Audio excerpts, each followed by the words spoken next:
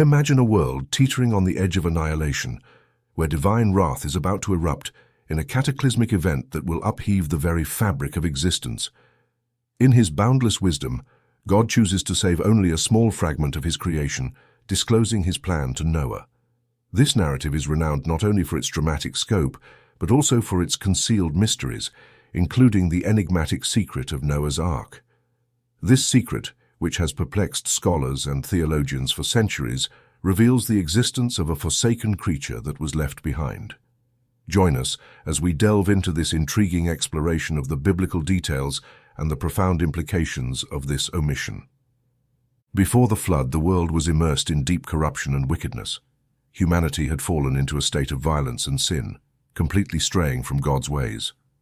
Genesis 6:5 tells us that the Lord saw that the wickedness of man was great in the earth, and that every intention of the thoughts of his heart was only evil continually. The Lord regretted that he had made man on the earth, and it grieved him to his heart. This profound sadness and divine regret marked the beginning of judgment on humanity. God decided to send a flood to purify the earth and eradicate the corruption that had dominated humanity. This cataclysmic event would be God's way of restoring justice and holiness to his creation. In Genesis 6:7, God declares, "I will blot out man whom I have created from the face of the land, man and animals and creeping things and birds of the heavens, for I am sorry that I have made them." This divine decision underscores the severity of the situation and the need for a fresh start.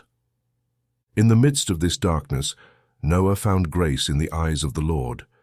Genesis 6:8 tells us, "But Noah found favor in the eyes of the Lord."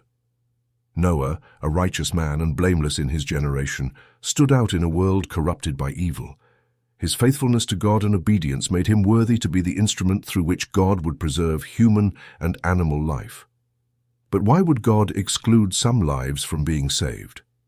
Why did God make it impossible for certain creatures to continue their lives? Did God act unjustly, or was it all part of his divine plan? In the coming minutes, you will understand why this secret has left everyone astonished for years. I'm sure the conclusion will surprise you. But first, share this video with someone you love on WhatsApp or even Facebook. Many people are unaware of the reality of God's actions in our lives, and this study will clarify it all. Our greatest mission as believers is to have faith in our Holy Father and to spread the word of the Lord to as many people as possible. If you enjoy detailed studies like this one, comment below "I want more" to let us know if you truly want new content like this. The flood was not only an act of judgment, but also an act of mercy and renewal. Through Noah and his family, God planned to repopulate the earth and restore his creation to its original state of goodness and holiness. This event marks a new beginning, a fresh start in the history of humanity where justice and obedience would be fundamental pillars. When God revealed his plan to Noah, he gave detailed instructions on how to build the ark and what to do to save his family and the animals. In Genesis 6:14-16, God says, "Make yourself an ark of gopher wood. Make rooms in the ark and cover it inside and out with pitch. This is how you are to make it. The length of the ark 300 cubits, its breadth 50 cubits, and its height 30 cubits. These precise instructions demonstrate the importance of exact obedience to divine commands. The ark was not only a refuge but a symbol of divine salvation. Noah, by building the ark according to God's specifications, showed his faith and trust in the divine plan. Genesis 6:22 tells us, "Noah did this. He did all that God commanded him." This complete obedience is an example of Noah's devotion and faith in God, even in the face of an unprecedented event. In addition to building the ark, Noah received specific instructions about the animals he was to bring with him. In Genesis 6:19-20, God commands, "And of every living thing of all flesh, you shall bring 2 of every sort into the ark to keep them alive with you. They shall be male and female. Of the birds according to their kinds, and of the animals according to their kinds, of every creeping thing of the ground according to its kind, 2 of every sort shall come into you to keep them alive." This command ensured the preservation of the diversity of life after the flood. The act of gathering the animals and preparing for the flood was a testament to God's care and provision. Noah was not only saving his family, but also ensuring the continuity of God's creation.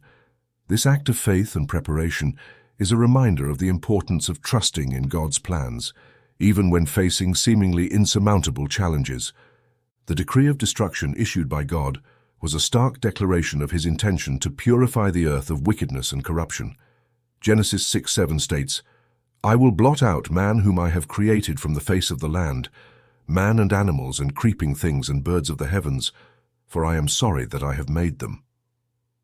This verse reflects God's profound disappointment with humanity and his determination to start anew.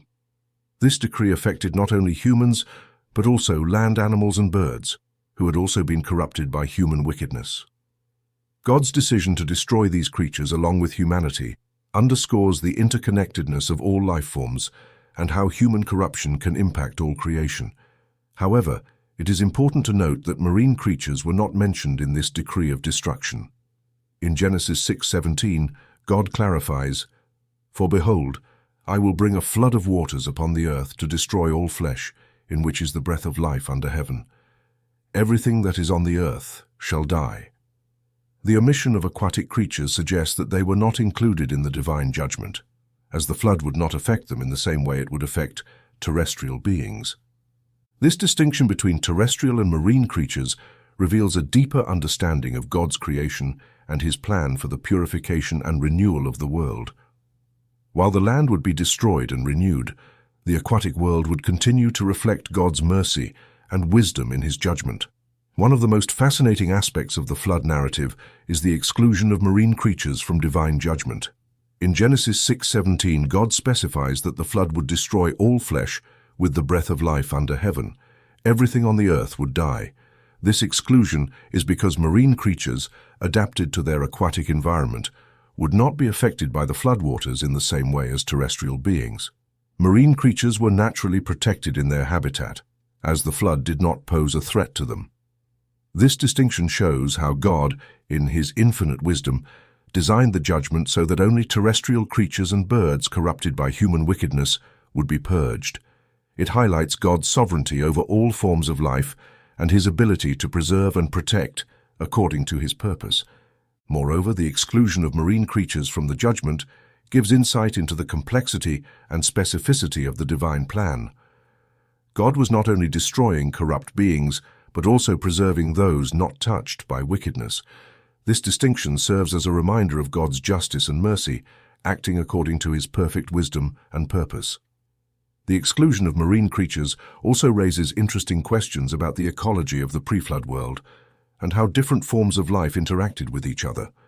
This aspect of the flood narrative invites us to reflect on the interconnectedness of all creatures and how corruption in one part of creation can have profound implications for the rest. Noah's Ark was not only a physical refuge, but also a symbol of divine salvation. In his infinite wisdom and mercy, God provided Noah and his family with a means to escape the impending judgment. In Genesis 6:14, God tells Noah, "Make yourself an ark of gopher wood, make rooms in the ark, and cover it inside and out with pitch." These detailed instructions underscore the importance of following divine guidelines to the letter. The ark was designed to be a safe haven amid the coming destruction, and its meticulous construction and the exact specifications given by God demonstrate how seriously Noah took his mission. Genesis 6:22 tells us, "Noah did this. He did all that God commanded him." This absolute obedience is a testament to Noah's faith and trust in God's plan. Within the ark, Noah and his family found not only protection, but also a sense of hope and renewal. As the floodwaters rose and destruction spread across the earth, the ark floated as a symbol of God's promise to preserve life and start anew. This divine refuge serves as a reminder of God's faithfulness to those who trust him and obey his commandments. The ark also represents a microcosm of creation, with animals of every species sheltered alongside Noah's family. This preserved community of life amidst chaos symbolizes the hope for a new beginning and the renewal of God's creation through Noah's obedience and faith. God demonstrated his ability to save and restore even in the darkest times. God instructed Noah to bring all terrestrial and aerial creatures into the ark. In Genesis 6:19-20, it states, "And of every living thing of all flesh, you shall bring 2 of every sort into the ark to keep them alive with you. They shall be male and female, of the birds according to their kinds, and of the animals according to their kinds, "Of every creeping thing of the ground according to its kind, 2 of every sort shall come into you to keep them alive." This order ensured the preservation of biodiversity after the flood. The selection of these animals was crucial for the continuity of life on Earth, with each pair representing a new opportunity to repopulate once the floodwaters receded. This selection was not random. God, in his infinite wisdom, knew exactly which species were needed to maintain ecological balance and future prosperity of creation. Beyond the preservation of species, these animals had symbolic significance. They were a tangible representation of God's hope and promise for the future. Through them, divine intent to restore and renew life on Earth was manifested. This preservation symbolized the continuity of God's covenant with his creation. Gathering these animals was a test of faith and obedience for Noah. He fully trusted God's instructions and acted accordingly, demonstrating his loyalty and devotion. This act of obedience and preparation is a powerful reminder of how faith can guide us through difficult times and ensure our survival and prosperity. In the flood narrative, marine creatures were not included in the ark, as they were naturally protected in their aquatic habitat. Genesis 6:17 clarifies that the flood would destroy all flesh with the breath of life under heaven. Everything on the earth would die. This specification indicates that the flood waters would not pose a threat to aquatic inhabitants, who would continue their lives uninterrupted. This detail reveals the precision and discernment in God's plan. While the earth and its inhabitants were purified through the flood, the aquatic world remained intact. This distinction emphasizes God's justice, who does not punish indiscriminately, but acts with a specific and well-defined purpose. The protection of aquatic inhabitants also reflects the diversity and complexity of God's creation. By keeping marine creatures safe, God ensures that all parts of his creation can continue fulfilling their roles within the global ecosystem. This separation between terrestrial and aquatic creatures highlights the interdependence of life and the need to maintain natural balance. This aspect of the flood narrative also invites us to reflect on God's mercy. Even in the midst of judgment, God shows compassion and care for all forms of life. This consideration for creation as a whole is a reminder of God's omniscience and goodness, who rules with justice and love. The flood began with overwhelming intensity, rapidly transforming the world as it was known. In Genesis 7:11-12, the year 600 of Noah's life is described. "In the 2nd month, the 17th day of the month, on that day all the fountains of the great deep were broken up, and the windows of heaven were opened.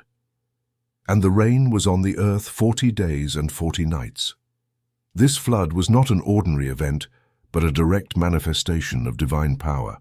The floodwaters came not only from rain, but also from the depths of the earth, creating an unprecedented natural catastrophe. The flood quickly covered the earth, destroying everything in its path." Genesis 7:19-20 states, "And the waters prevailed exceedingly upon the earth, and all the high hills that were under the whole heaven were covered. 15 cubits upward did the waters prevail, and the mountains were covered." The magnitude of the flood reflects the seriousness of divine judgment and the need for total purification. As the waters rose, all living beings not in the ark perished. Genesis 7:21-22 recounts, "And all flesh died that moved upon the earth, both of birds and of cattle and of beasts, and of every creeping thing that creepeth upon the earth, and every man. All in whose nostrils was the breath of life, of all that was in the dry land, died." This complete destruction underscores the gravity of human sin and God's just response. The onset of the flood marks a point of no return in the biblical narrative, symbolizing the end of one era and the beginning of another. Through this event, God not only judged humanity's wickedness, but also prepared the way for a new creation. This moment of transformation and purification reminds us of the importance of divine justice and the hope of renewal. As the external world succumbed to destruction, the ark became a safe refuge for Noah, his family, and the animals. Genesis 7:13-16 recounts, "In the selfsame day entered Noah and Shem and Ham and Japheth, the sons of Noah and Noah's wife, and the 3 wives of his sons with them, into the ark. They and every beast after his kind, and all the cattle after their kind, and every creeping thing that creepeth upon the earth after his kind, and every fowl after his kind, every bird of every sort. And they went in unto Noah into the ark, 2 and 2 of all flesh, wherein is the breath of life. The ark provided not only physical protection, but also a sense of hope and community for those inside it. Amid the devastation, Noah and his family found comfort and security, knowing they were following God's plan. This sense of relief and hope is reflected in Genesis 8. 1. And God remembered Noah, and every living thing, and all the cattle that was with him in the ark. The time spent in the ark was also an opportunity for reflection and preparation. Noah and his family, along with the animals, lived in close proximity, symbolizing the cooperation and interdependence necessary for survival. This period of waiting and adaptation was crucial for the transition to a new life after the flood. The experience in the ark also represents the faith and patience needed to overcome difficult times. Noah and his family trusted in God's promise and remained faithful to his commands, even when circumstances seemed dire. This divine refuge is a reminder that through faith and obedience, we can find protection and hope amid the greatest trials. After months of confinement in the ark, the time came when the waters began to recede, signaling the end of the judgment and the beginning of a new era. Genesis 8:3 describes, And God remembered Noah and every living thing and all the cattle that was with him in the ark. And God made a wind to pass over the earth, and the waters assuaged. The fountains also of the deep and the windows of heaven were stopped, and the rain from heaven was restrained. And the waters returned from off the earth continually. As the waters decreased, the ark finally rested upon the mountains of Ararat. Genesis 8:4 states, And the ark rested in the 7th month, on the 17th day of the month upon the mountains of Ararat. This location symbolizes a new beginning and the restoration of God's creation. Once the waters had fully receded, God instructed Noah to leave the ark and release the animals to repopulate the earth. Genesis 8:15-17 says, And God spoke unto Noah, saying, Go forth of the ark, thou and thy wife and thy sons wives with thee. Bring forth with thee every living thing that is with thee of all flesh, both of fowl and of cattle, and of every creeping thing that creepeth upon the earth, that they may breed abundantly in the earth, and be fruitful, and multiply upon the earth. This command marked the beginning of a new phase in human and creation history. The resurrection of life after the flood is a powerful testimony to God's faithfulness. Through Noah and the inhabitants of the ark, God restored life and renewed his creation.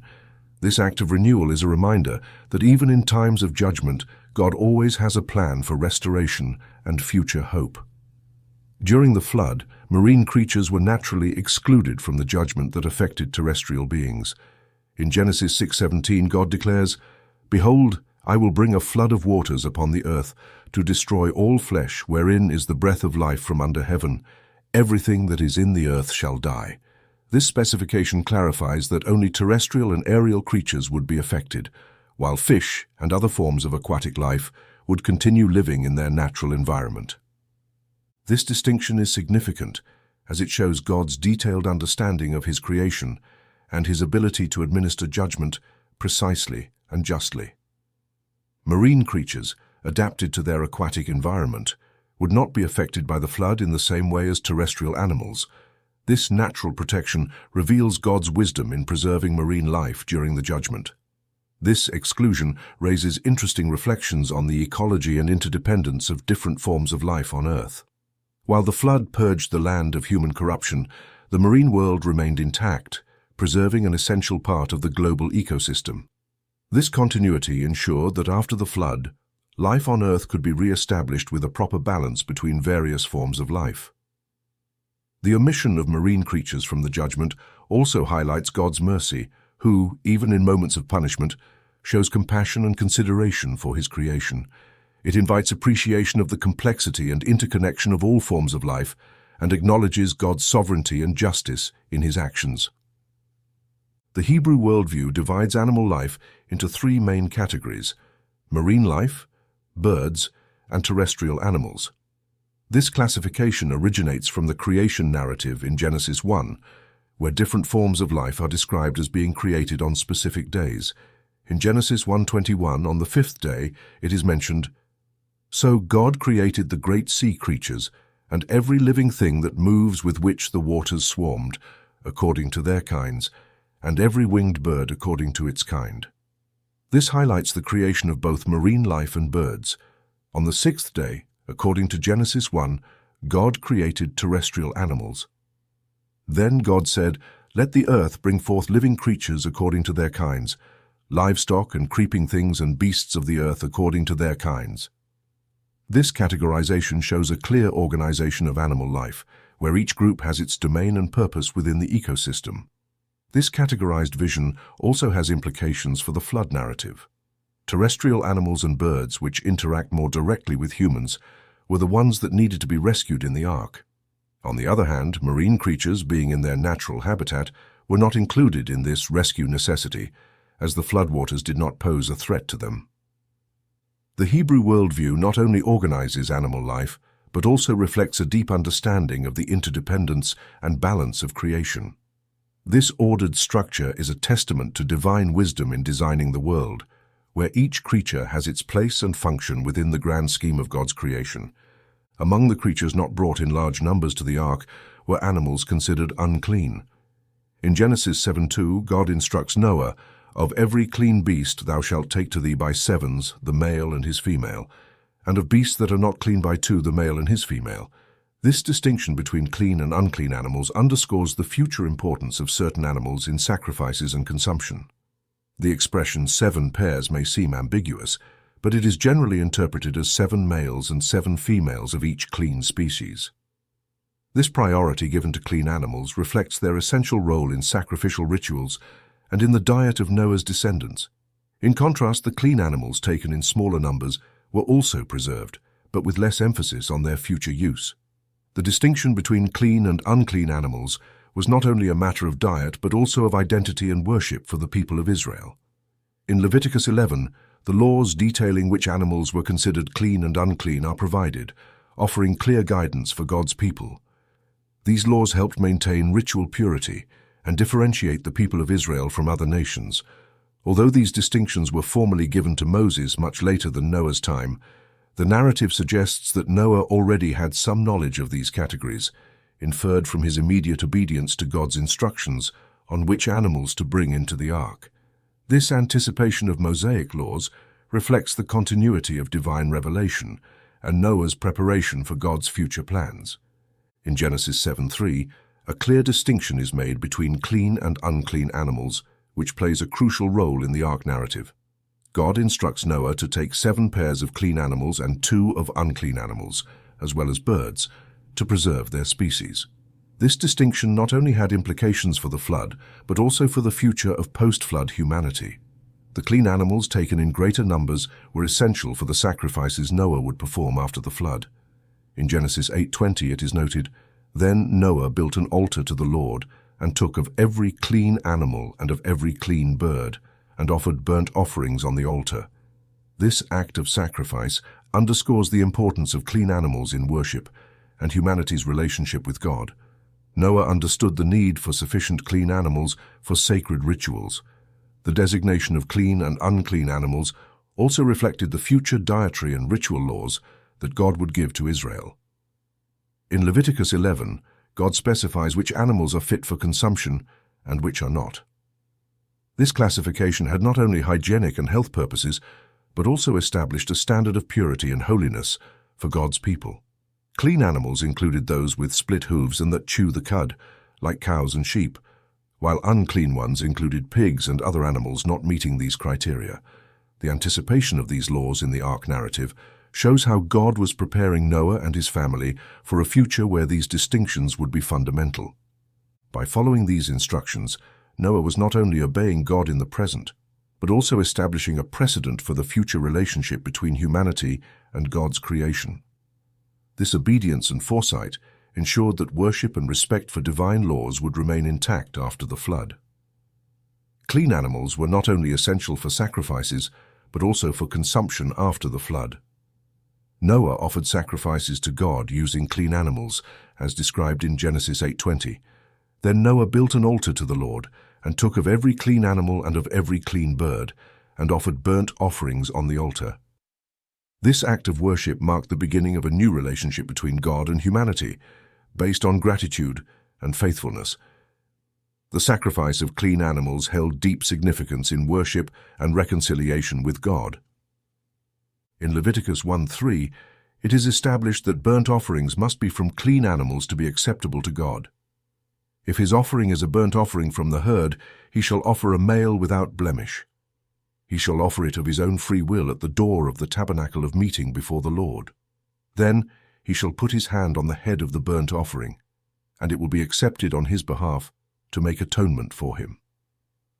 This practice emphasizes the importance of purity and perfection in sacrifices offered to God. Besides their role in sacrifices, clean animals were also significant for human consumption. The dietary laws detailed in Leviticus 11 specified which animals were fit for consumption, helping the Israelites maintain a healthy and ritually pure diet. These laws had a practical purpose, aiding in the prevention of diseases and promoting hygiene in a time without modern knowledge of food safety. The importance of clean animals in consumption and sacrifices reflects a fundamental principle in humanity's relationship with God. Obedience to his commandments brings blessing and prosperity. By following God's instructions on which animals to bring into the ark, Noah was ensuring not only his survival, but also a future of worship and purity. This faithfulness to divine laws exemplifies how obedience and devotion can guide humanity towards a closer and more meaningful relationship with its Creator. After the flood, Noah's first act was to offer a sacrifice to God as a sign of thanksgiving and worship.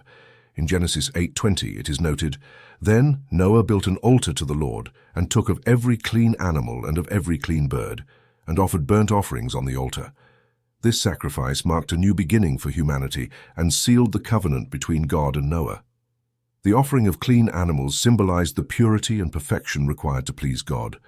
Noah's sacrifice was also an expression of gratitude for the protection and salvation that God had granted him and his family during the flood. This act of worship demonstrates Noah's recognition of God's sovereignty and mercy. In response, God made a promise to Noah and his descendants, assuring them that he would never again destroy the earth with a flood. Genesis 8:21 records, "And the Lord smelled a soothing aroma. Then the Lord said in his heart, I will never again curse the ground for man's sake, although the imagination of man's heart is evil from his youth, nor will I again destroy every living thing as I have done." The construction of the altar and the offering of sacrifices also set a precedent for future religious practices. By building the altar, Noah was establishing a sacred place where he and his family could approach God in worship and sacrifice. This act symbolized the need for a mediator between God and humanity, prefiguring the role of priests and sacrifices in Israelite religion. This first sacrifice after the flood underscores the importance of worship and acknowledgement of divine provision. Noah, by offering a burnt offering of clean animals, was not only fulfilling divine instructions, but also demonstrating his faith and obedience. This act of devotion established a lasting bond between God and humanity based on gratitude and faithfulness. The division of animals into clean and unclean is a significant distinction in the biblical narrative. In Genesis 7:2, God made this classification with practical and spiritual implications for his people. Clean animals were those suitable for sacrifice and consumption, while unclean animals were not. This distinction was later detailed in the Mosaic laws, specifically in Leviticus 11, which describes the characteristics of clean and unclean animals. Clean animals included those with split hooves and that chew the cud, like cows and sheep, while unclean animals included pigs, dogs, and others that did not meet these criteria. The classification of animals also had a hygienic and health purpose, maintaining ritual purity among the Israelites in an era without advanced knowledge of microbiology and pathogens. These laws provided practical guidance to avoid health issues arising from the consumption of certain animals. This concern for health and purity reflected God's care for his people and his desire to keep them healthy and holy. Moreover, the distinction between clean and unclean animals symbolized the separation between the holy and the profane, a recurring theme in biblical theology. This division taught God's people the importance of holiness and obedience to divine laws. Noah, by following these instructions, was not only obeying God in the present, but also setting a standard of purity and devotion for future generations. One of the most remarkable aspects of the Ark narrative is how the animals gathered and entered the Ark. In Genesis 7, 8, and 9 it is said, "Of clean animals, of animals that are unclean, of birds, and of everything that creeps on the ground, 2 by 2 they went into the ark to Noah, male and female, as God had commanded Noah." This miracle demonstrates God's sovereignty over all creation and his power to guide the animals according to his will. The gathering of the animals was not a chaotic event, but occurred in an orderly manner according to God's instructions. This miraculous act underscores divine precision and control amidst the chaos of the flood. The animals, driven by instinct given by God, came to Noah in pairs, ready to be saved from the impending judgment. This instinctive obedience reflects the original harmony of creation under God's dominion. This event also symbolizes the cooperation and interdependence necessary for survival. Inside the ark, animals of all species coexisted peacefully, a testament to God's power to maintain order amid adversity. This peaceful coexistence prefigures the ideal harmony in creation, where all creatures live in balance and without conflict. The miracle of the animals' gathering also serves as a reminder of God's care and provision during a severe judgment, ensuring that species would be preserved to repopulate the earth after the flood. This divine action demonstrates God's mercy and faithfulness toward his creation, ensuring its continuity and future prosperity. The story of the Nephilim is one of the most enigmatic aspects of the biblical narrative. Genesis 6, 1, 4 states, "Now it came to pass, when men began to multiply on the face of the earth, and daughters were born to them, that the sons of God saw the daughters of men, that they were beautiful, and they took wives for themselves of all whom they chose. And the Lord said, My spirit shall not strive with man forever, for he is indeed flesh, yet his days shall be 120 years. There were giants on the earth in those days, and also afterward, when the sons of God came into the daughters of men, and they bore children to them. Those were the mighty men who were of old, men of renown." The Nephilim, described as giants and heroes of old, are the result of the union between the sons of God and the daughters of men. This union has been the subject of much speculation, with interpretations ranging from fallen angels to descendants of the line of Seth. Regardless of their exact origin, the Nephilim represented a significant corruption of humanity that contributed to divine judgment. Their presence underscores the gravity of the situation in Noah's days. These powerful and renowned beings were a visible manifestation of the wickedness and corruption that had overtaken the earth. Their existence and violent actions contributed to the escalation of evil, provoking God's anger and the decision to purge the earth with the flood. The Nephilim narrative also highlights the ongoing struggle between good and evil in the biblical account. These beings, the product of an illicit union, symbolize rebellion against the divine order and an intention to corrupt God's creation. However, despite their power and fame, the Nephilim could not escape God's judgment, emphasizing the inevitability of divine justice. The union between the sons of God and the daughters of men mentioned in Genesis 6, 1-4 is an event that has generated considerable curiosity and interpretation. This passage states, "Now it came to pass, when men began to multiply on the face of the earth, and daughters were born to them, that the sons of God saw the daughters of men, that they were beautiful, and they took wives for themselves of all whom they chose." This union, which resulted in the birth of the Nephilim, marked a critical point in the flood narrative. The sons of God have been interpreted in various ways, including as fallen angels, descendants of the pious line of Seth, or even powerful leaders of the time. The most common scholarly interpretation is that they refer to fallen angels who took human wives, producing hybrid offspring. This unnatural union was seen as a violation of the divine order and a corruption of humanity. The mention of this union in Genesis 6:2 reflects the severity of the sin and rebellion against God. The attraction of the sons of God to the daughters of men led to a series of events that increased wickedness on the earth. In response to this corruption, God said in Genesis 6:3, "My spirit shall not strive with man forever, for he is indeed flesh, yet his days shall be 120 years." This statement underscores God's patience, but also his decision to end the corruption.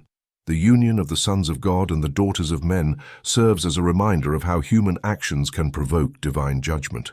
This narrative shows the consequences of disobedience and corruption, and how God intervenes to restore order and holiness in his creation.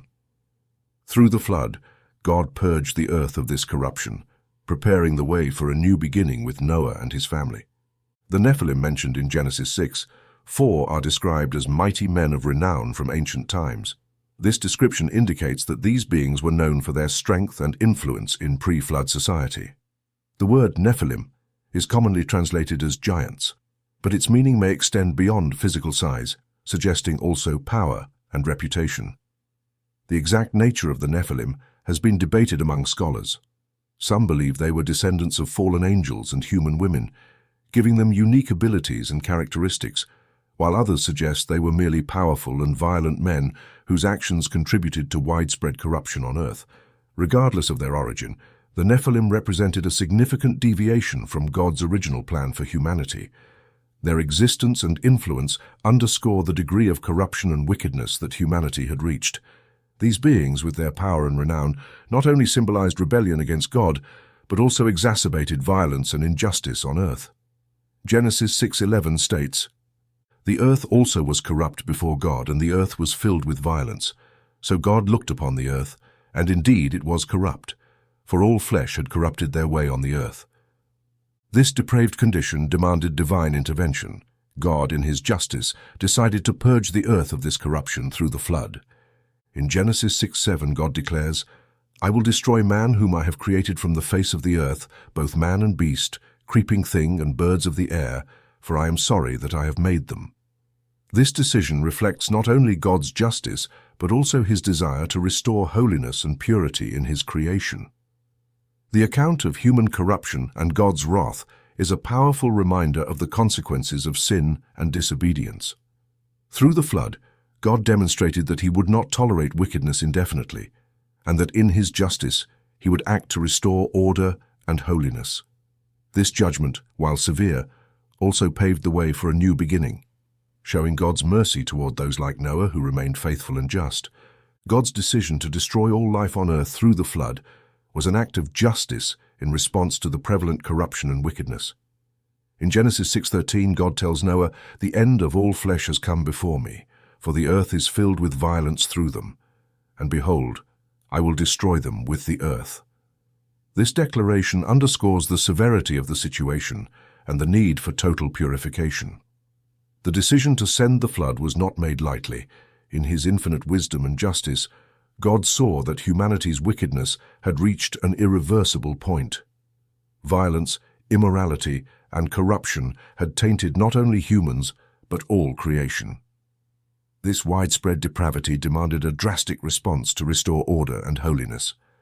The flood, as an act of judgment, aimed to purge the earth of all wickedness and start anew with a renewed humanity. Genesis 7:23 describes the extent of this destruction. "So he destroyed all living things which were on the face of the ground, both man and cattle, creeping thing and bird of the air. They were destroyed from the earth. Only Noah and those who were with him in the ark remained." This total purge highlights the seriousness of divine judgment. The decision to use the flood as a means of judgment serves as a reminder of God's justice and holiness. Although his judgment was severe, it also showed his mercy by preserving Noah and his family, who were just and obedient. Through this purification, God not only removed wickedness, but also laid the foundation for a new creation marked by obedience and devotion to him.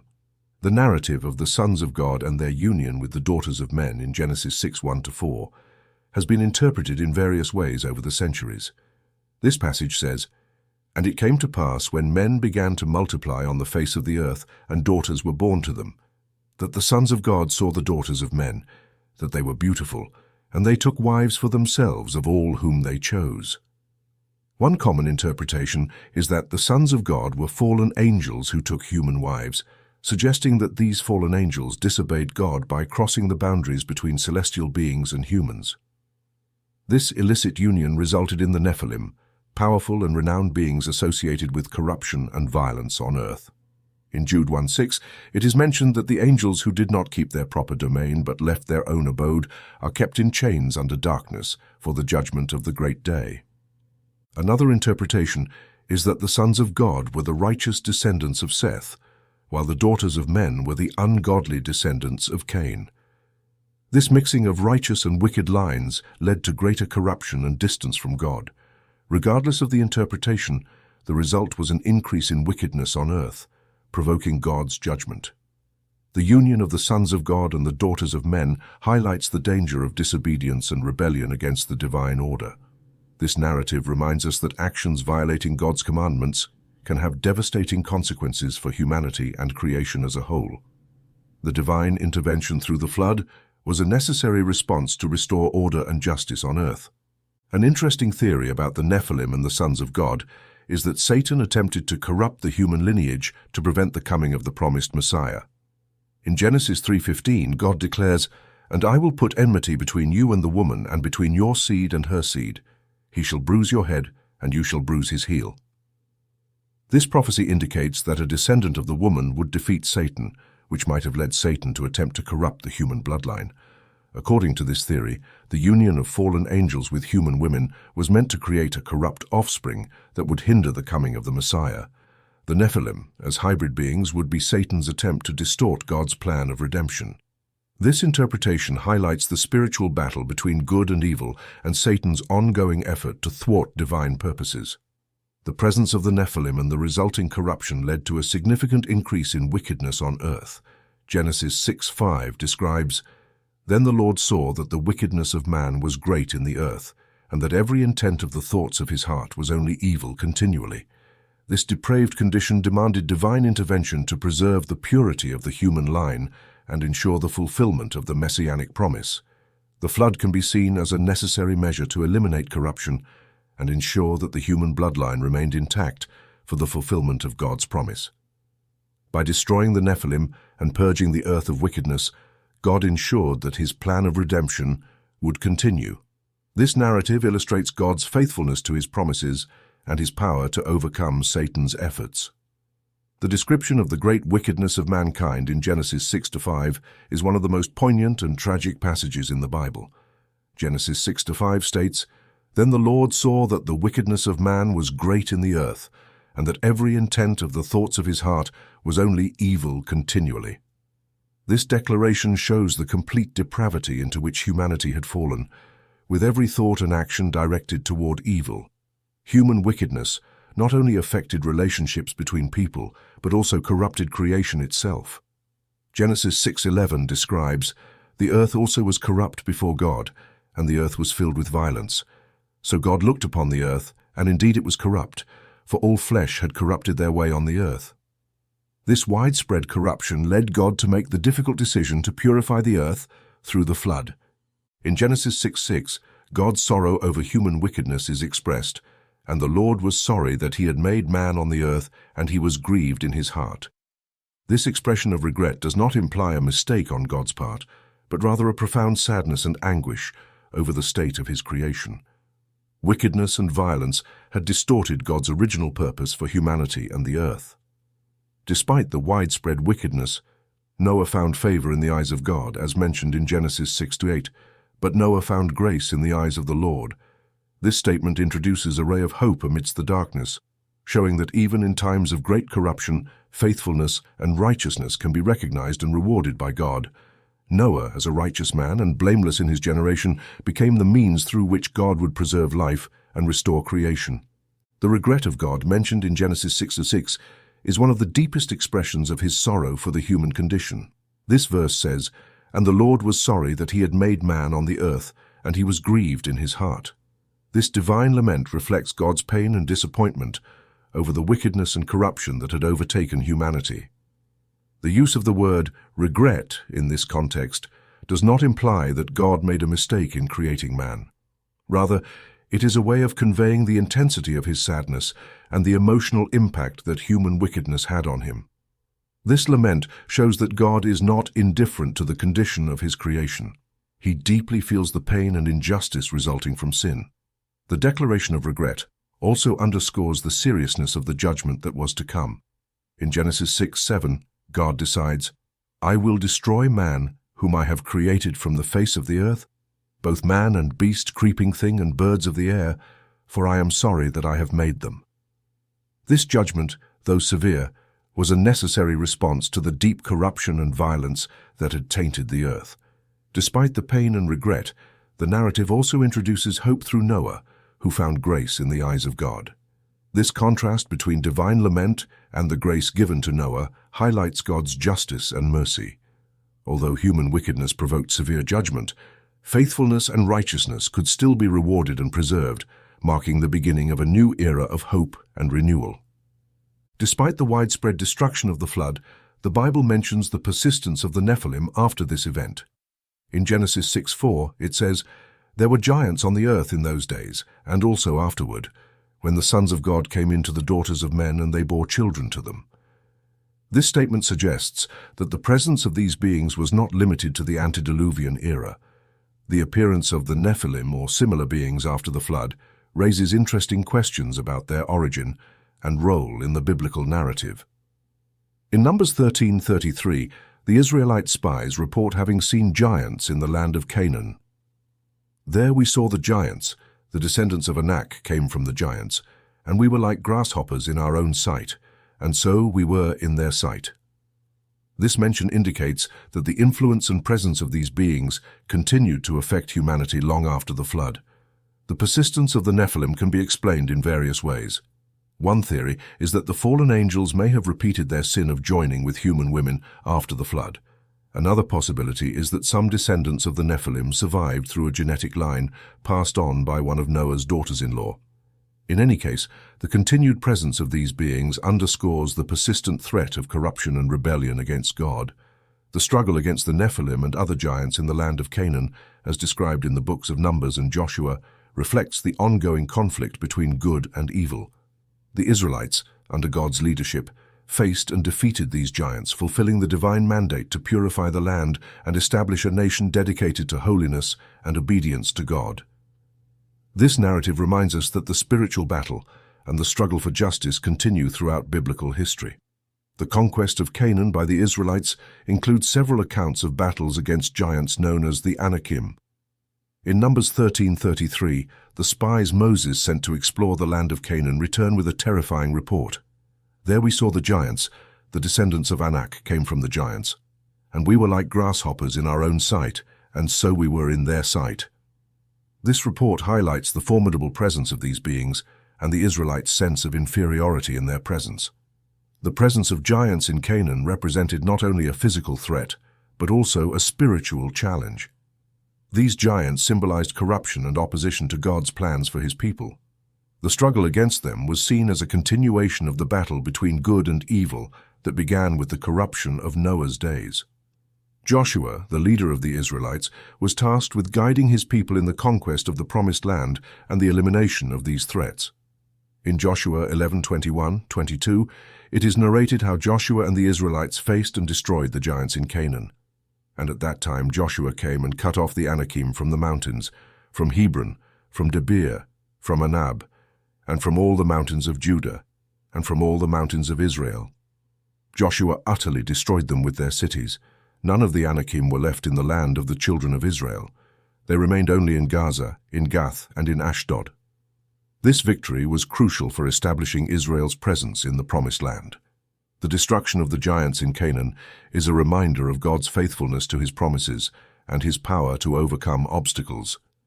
This narrative reinforces the idea that although challenges may be great, obedience and faith in God ensure victory. The Israelites, by trusting in God's leadership, were able to overcome the intimidating presence of the giants and settle in the land that God had promised them. During his ministry, Jesus compared the days of Noah and Lot with the times preceding his second coming. In Luke 17:26-30, Jesus says, "As it was in the days of Noah, so it will be also in the days of the Son of Man. They ate, they drank, they married wives. They were given in marriage until the day that Noah entered the ark, and the flood came and destroyed them all. Likewise, as it was also in the days of Lot. They ate, they drank, they bought, they sold, they planted, they built. But on the day that Lot went out of Sodom, it rained fire and brimstone from heaven and destroyed them all. Even so will it be in the day when the Son of Man is revealed." Jesus highlights the indifference and lack of preparation of the people in the days of Noah and Lot.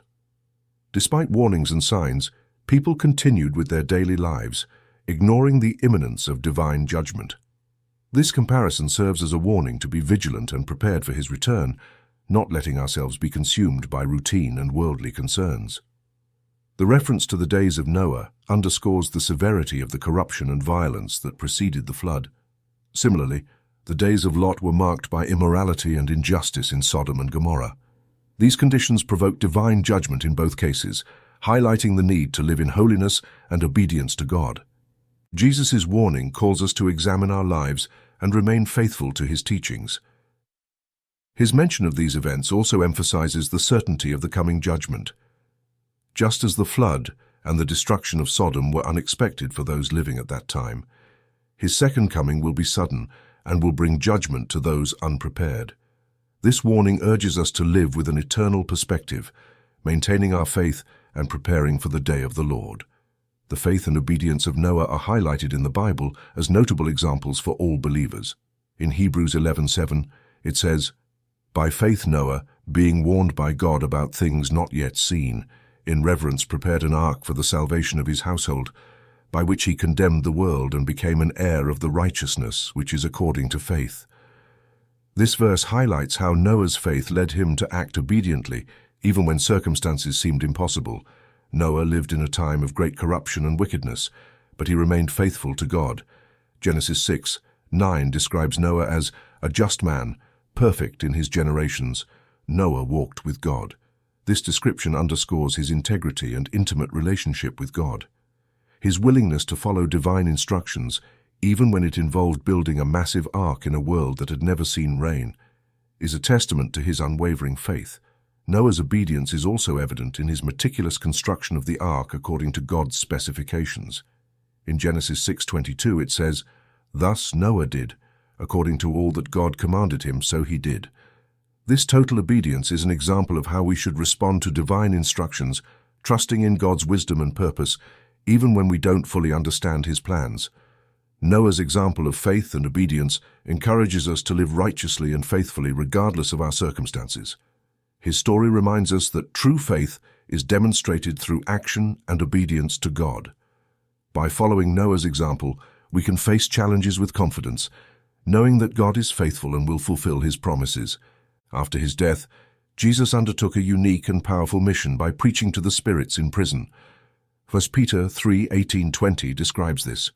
"For Christ also suffered once for sins, the just for the unjust, that he might bring us to God, being put to death in the flesh but made alive in the Spirit, by whom also he went and preached to the spirits in prison, who formerly were disobedient, when once the divine long-suffering waited in the days of Noah, while the ark was being prepared, in which a few, that is 8 souls, were saved through water." This passage suggests that during the time between his death and resurrection, Jesus, in his spiritual state, proclaimed his victory over sin and death to the imprisoned spirits. These spirits are commonly understood as the fallen angels who disobeyed in the days of Noah, mentioned in Genesis 6:4. Jesus preaching to these spirits reaffirms his authority and victory over all forces of evil. This act also has profound theological significance. By preaching to the imprisoned spirits, Jesus demonstrated that his sacrifice and resurrection not only impacted the living but also the dead. This proclamation of victory is a testament to the full extent of his redemptive work, transcending time and space. Philippians 2:10 affirms that at the name of Jesus every knee should bow, of those in heaven and those on earth, and of those under the earth. This mission of Jesus reminds us of the absolute power of his sacrifice and resurrection. Through his victory, he ensures redemption and hope for all believers. The preaching to the imprisoned spirits underscores the magnitude of Christ's redemptive work and his supreme authority over all things. This truth encourages us to place our full trust in him and to live in the hope of his promise of eternal life. Jesus' authority over all realms, including heaven, earth, and the underworld, is a fundamental truth of the Christian faith.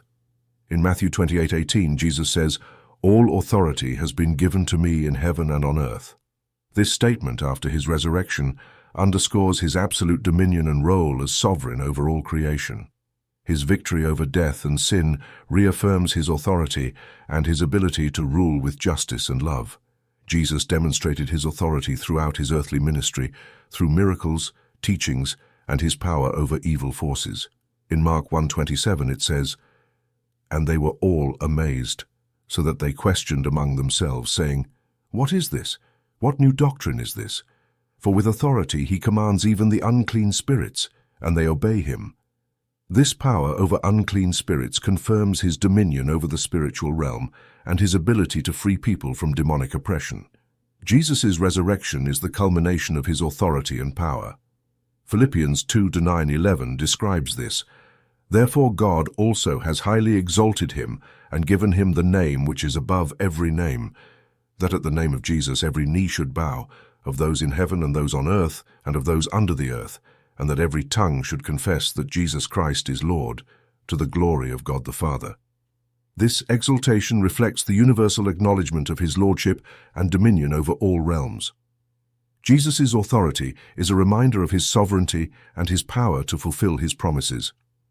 As believers, we can have confidence in his governance and his ability to carry out his perfect plan. His dominion over all realms assures us that despite challenges and adversities, we are under the care and protection of an all-powerful and loving Savior.